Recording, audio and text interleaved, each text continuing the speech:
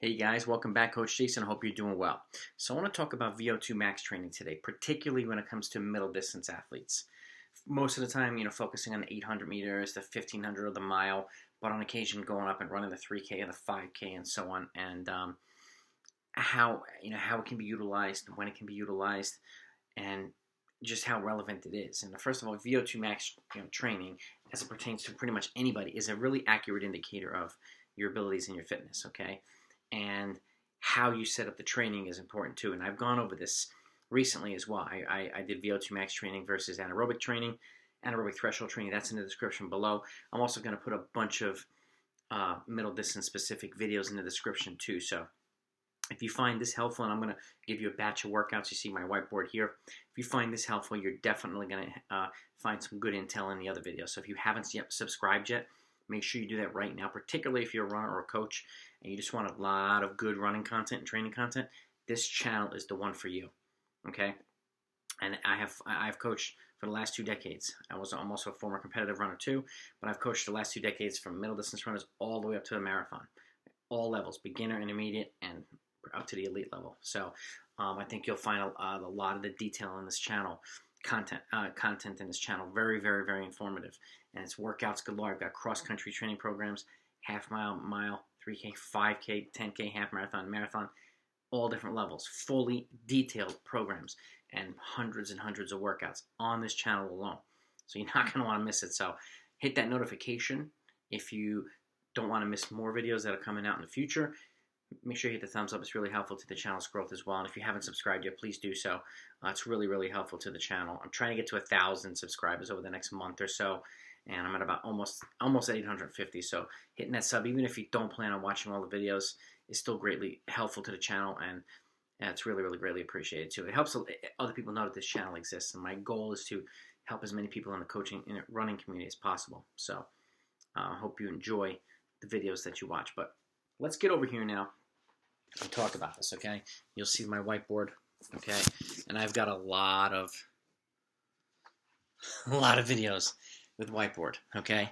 A lot of good training content. So again, VO2 max training, VO2 max is a very accurate indicator of your fitness, like I mentioned. And generally, it's a 1-to-1 ratio in terms of work bout and recovery, okay? And so it's going to be at an aggressive pace for the most part, okay? But whether you're a middle distance runner or a long distance runner, doesn't matter. This is a very important component of your training, okay? And you'll see programs. You'll see how I lay it. I generally like to do VO2 max training for the most part early in the week. So if you're following a Tuesday, Friday workout, I have it as the Tuesday workout, and so on. So, but that's just me. That's what I've done over the last 2 decades with my athletes, and it works really, really well.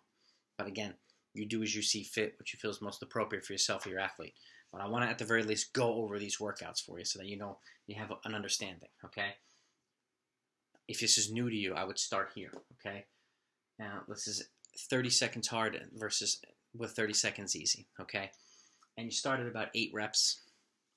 You work your way up to 16 reps over time, okay? And again, 30 seconds, this is going to be at about mile pace, your current mile pace, okay? So let's just say your current mile is 6 minutes. You're going to be running 30 seconds at 45-second 200-meter pace. So it's not going to be 45 seconds for 200 just yet. You'll be doing 30 seconds at that pace with a 30-second recovery. So it's a short but sweet continuous workout, but it's a VO2 max specific, okay? And then you work your way up towards the longer rep, which is 45 seconds hard versus 45 seconds easy. It's all continuous as well. And these do not have to be done on the track. If you want to do them on a track, that's fine. But if you don't want to, you don't have to, okay? These could be done on grass, field. It could be rolling on a cross-country course or whatever it may be to give yourself some variety, all right? That you go from about 6 to 12 reps. You build over time. Or some of your athletes might do better with less reps. Some of your more distance-oriented might be better with more reps, okay? And then you progress towards 60 seconds hard versus 60-second easy. About 4 to 8 reps, 10 for some folks, okay? But again, that's at mile pace. So if you're doing about 10 minutes at mile pace, you're doing almost double for the mile. So that's pretty good work. If you can do 2 miles worth of stuff at mile pace, that's a good workout. That's a really good workout, okay? This is actually a workout I do for a lot of folks. For the marathon, it's obviously more reps. For the half marathon, 10K, 5K, middle distance runners, I use this workout a lot, specifically 1 minute hard, 1 minute easy. But this is a way you can progress over time as you get more experience, as you get more fit, and give yourself a few weeks at 30 seconds hard, 30 seconds easy. Let the body adapt, okay? Then you move up, and then you move up. I'd say at least 4 weeks, okay, before you move up. Give the body generally needs a chance to adapt, and it takes about 21 to 28 days before moving up in either intensity or volume. So that's kind of the progression. It's called periodization, all right? So that's workout 1, workout sequence 1. Workout sequence 2, now it's going to be a 3K pace, so the volume is going to be a little different, okay? You start, instead of finishing here, you're starting at 60 seconds hard and 60 seconds easy, but you're doing 8 to 16 reps of that. But again, it's that 3K pace. It's a slower pace than the mile pace, so you can do a little bit more volume, okay? And then you progress from 60 seconds to 90 seconds, so 1 minute 30 seconds hard versus 1 minute 30 seconds easy. Again, the recovery is the same as the rep, okay? And you work your way from 6 to 12 reps. All right, so you add that up, it's, you're looking at 15 to 18 minutes worth of running, okay? And then you progress to 2 minutes hard and 2 minutes easy, about 4 to 8 reps. Some folks can do 10 reps, that's fine. But 16 to 20 minutes of running at 3K pace in 2 minute blocks, that's a good workout. And again, it doesn't have to be on a track. It can be, but it doesn't have to be.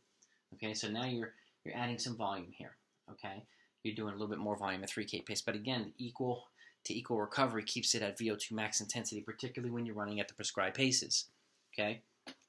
And then workout sequence 3 is going to be a 5K pace. Okay, so you're starting at 2 minutes hard, where you finished over at 3K pace. Now you go 2 minutes hard and 2 minutes easy, but about 5 to 10 reps, okay? Then you're progressing to 2 minutes 30 seconds hard, 2 minutes 30 second easy, about 4 to 8 reps. Okay, and then you're building towards 3 minute hard and 3 minutes easy, about 3 to 6 reps. So this is essentially simulating about 4 to 8 times an 800, 3 to 6 times 1,000, approximately around there, give or take. And again, doing it with equal recovery keeps it at, when you're doing it at a 5K pace, keeps it at a VO2 max specific session. Okay, and you see the progression. Okay, you have more volume here, obviously, but you've got 3 sequences where you can progress from short to long, okay, over time, and maintaining the pace. And no matter what the sequence is, you're going to use the same periodization principle. Give yourself about 3 to 4 weeks to adapt before you do more or before you go faster. And I generally hold the principle before you do more. I don't generally recommend increasing the training paces of workouts or runs until a race or a time trial dictates whether you're ready to do that, or your athletes are ready to do that. Let the performance back up, and then you move your training accordingly, okay?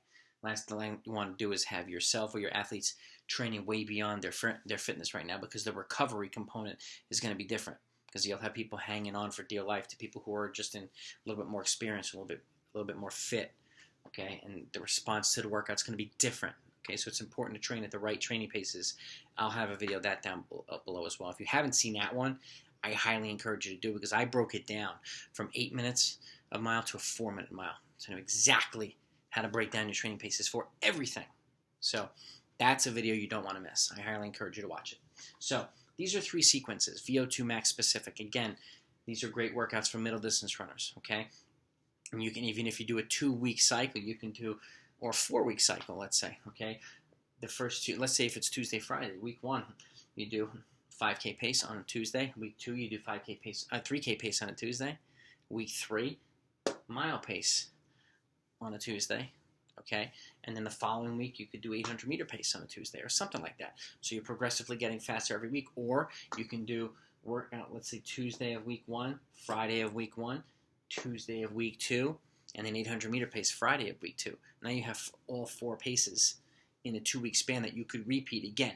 And I'll have some programs down below that you'll see exactly what I mean. I broke it down in a 2-week cycle for you to take a look at. So those are great sequences for middle distance runners and distance runners. It allows you to attack the speed component, the threshold component, the tempo, the aerobic, race pace. You're attacking all different systems. And if you're getting multi-pace training in a cycle, you're setting yourself up for short-term and long-term success. So, and again, the more versatile you are, or the more versatile your athletes are, the more dangerous they're going to be when they're racing. And that's where we want to be ultimately. So, hope you found these helpful. Again, they can be flat or rolling. They do not always need to be on a track, okay? And once every 7 to 14 days, like I said, most of the year too. These are perfect if you have half milers and milers who are not running cross country in the fall. This is a great way to get them fit and ready for track. Fantastic way. Okay, but again, you can do this all year. And for middle distance runners, the more successful middle distance runners, they spend a lot of time doing training at 3K pace to 5K pace. A lot of time doing it. Okay, and of course they add in the other paces, but that's the sweet spot. And you've got a lot of options to put you in the sweet spot. So if you found this helpful, hit the thumbs up. Again, if you have any feedback of your own, put them in the comments down below. And if you want any specific videos that I haven't done yet, let me know too in the comments. So hope you found it helpful. Have a great week. Okay, thanks for watching. Talk to you next time.